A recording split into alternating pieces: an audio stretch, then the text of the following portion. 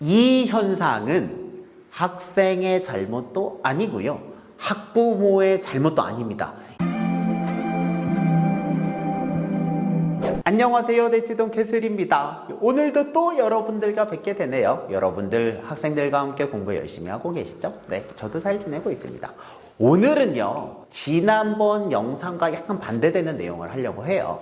천재적인 능력을 가진 학생의 학부모님이 무너지는 경우에 대해서 이야기를 하려고 합니다. 이것은 물론 여러 가지 이유가 있겠지만 제가 경험할 때는요, 거의 정해진 패턴이 있는 것 같습니다. 그래서 이 부분에 대해서 알고 계신다면 여러분들 교육 지도에 도움이 될 것 같습니다. 우선 제가 말씀드리고 싶은 가장 큰 것은요, 이 현상은 학생의 잘못도 아니고요, 학부모의 잘못도 아닙니다. 이게 제가 책임 회피를 해드리려는 게 아니라 각각의 주체들은 최선의 노력을 다 하는데 결과가 좋지 않은 경우입니다. 이 경우가 제일 많아요. 제가 구체적으로 말씀드릴게요. 먼저 학생의 경우에 천재적인 능력이 보이잖아요. 그러면 티가 납니다. 우리 아이가 왠지 수학을 잘할 것 같다. 우리 모두 알고 있잖아요.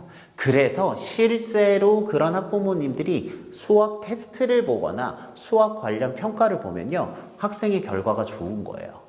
그러면 어떻게 되냐? 학교에서도 그 학생에 대해서 집중적으로 관리를 하고 관심을 보이고 혹은 수학 경시대회에 나가라고 독려를 합니다. 왜냐하면 잘하니까요. 그리고 그 학생을 데리고 학원에 입학 테스트를 보면요, 당연히 결과가 좋죠. 기본적으로 좋습니다. 그러면 그 학원에 좋은 반으로 가게 돼서 좋은 학생들과 함께 공부를 열심히 하게 돼요.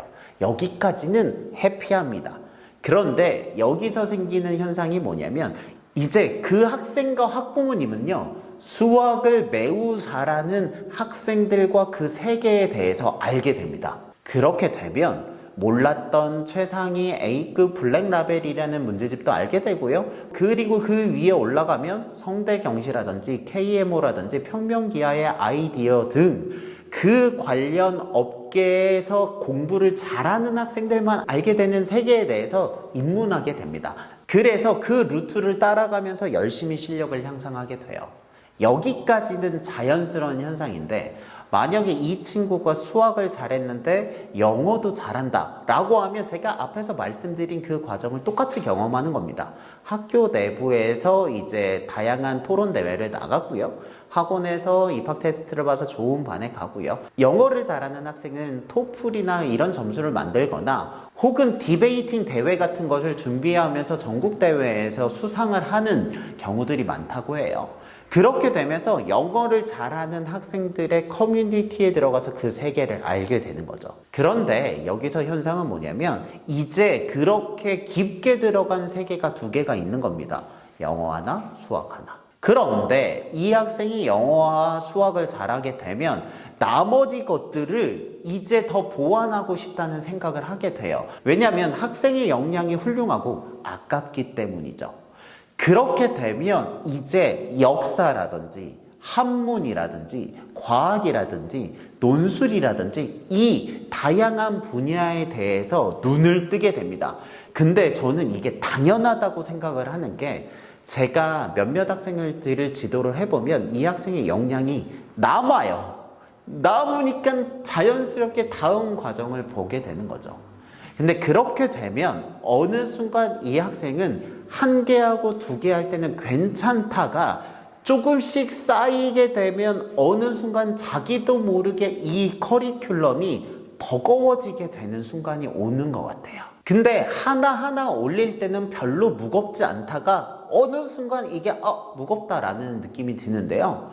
그때는 이미 학생과 학부모님들 모두 각각의 활동의 의미가 어떤 것인지를 충분히 알고 있기 때문에 거기서 포기하는 게 어려운 것 같습니다. 그렇게 되면 그 스케줄들을 버티려고 노력을 하다가 학생이 조금 지치게 되고 지치게 되면 전체적인 커리큘럼에 영향을 미치게 되거든요. 그러면 안 좋은 평가들을 한두 개씩 받을 수 있잖아요. 그럼 그 평가들이 그 학생들을 좀 더 괴롭게 하고 그렇게 능력을 보였던 학생의 자존심에 이거를 꼭 수행하겠다고 더 무리를 하다가 그러다가 조금 다치게 되는 경우가 제가 봤을 때는 가장 일반적입니다.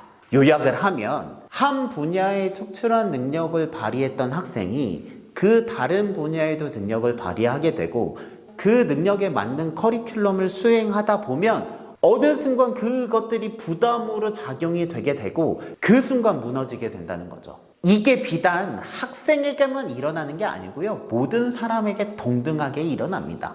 제 경우를 좀 더 말씀을 드리면 저 같은 경우에는 작년에 많이 성장을 했어요. 여러분들도 아시겠지만 뭐 책도 썼고요, TV도 나오고요, 다양한 기회를 많이 경험하게 됐거든요.